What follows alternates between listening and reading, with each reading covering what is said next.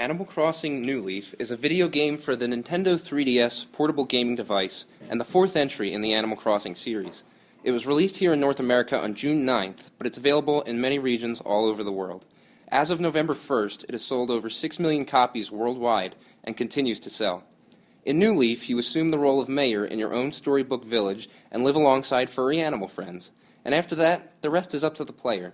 They can add new additions to their home, go fishing or play hide-and-seek, whatever they desire. The game's only demands are the ones the player places upon himself or herself. On Twitter, players use the ACNL hashtag to talk about the game.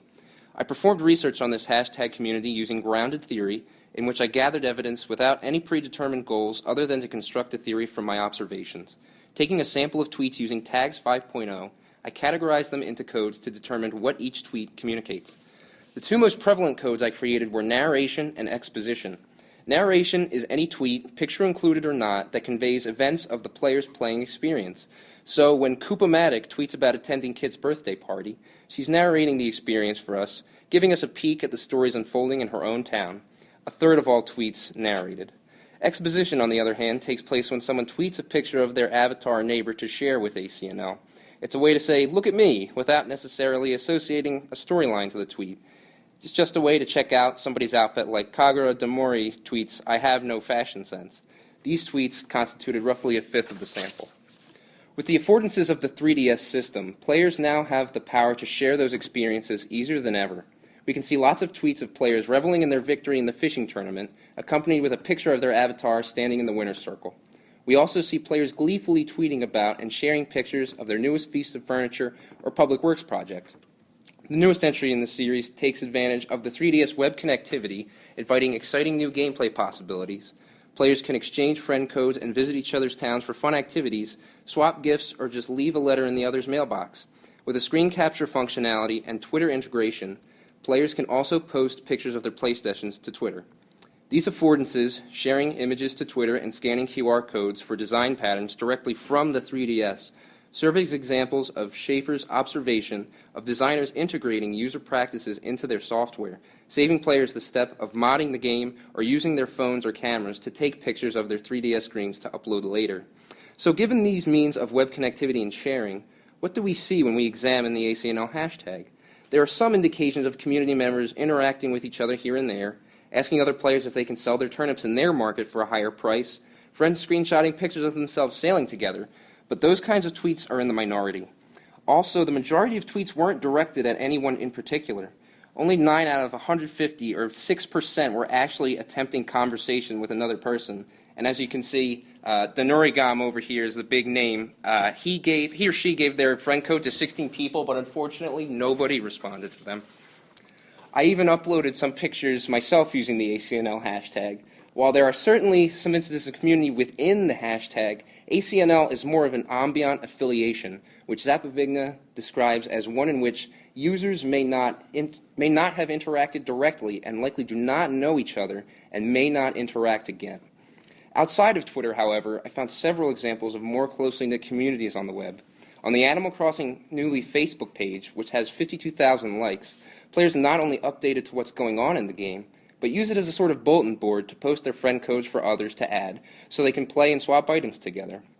Wellman and Julia show that reciprocity online is commonplace, and that's something we see in New Leaf Online. There are Pinterest pages filled with QR codes for different flag and clothing designs posted for everyone to use.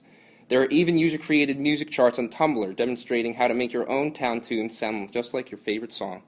Also, YouTube hosts hundreds of thousands of Animal Crossing New Leaf fan videos. There you can find how-tos, let's plays of other players just taking you on a tour of their town, and tips and tricks. Players are sharing, learning, and contributing to each other, with many videos accruing tens of thousands, if not hundreds of thousands of views.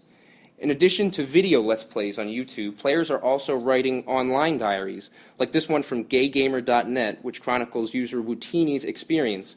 Fanfiction.net is also home to plenty of New Leaf fanfiction, one of which I found comprises 35 chapters and over 100,000 words. But the place where I found community in the most social sense is in animalcrossingcommunity.com. Users sign up and get assigned a foster buddy to show them the ropes of the site, and then they can head to the forums to search for trades or friend codes, arrange an online play session, or just meet new people and gossip about how much they love Bonbon's new shoes. One of the most popular threads I found in the New Leaf forums was, "Share your most recent accomplishment."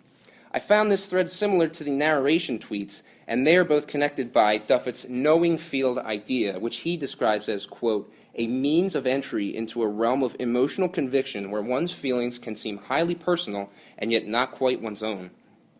So what I'm positing here is that what we're seeing is creation of identity through fandom, an idea already established by Jenkins, but also one through an object that's all about creation of identity.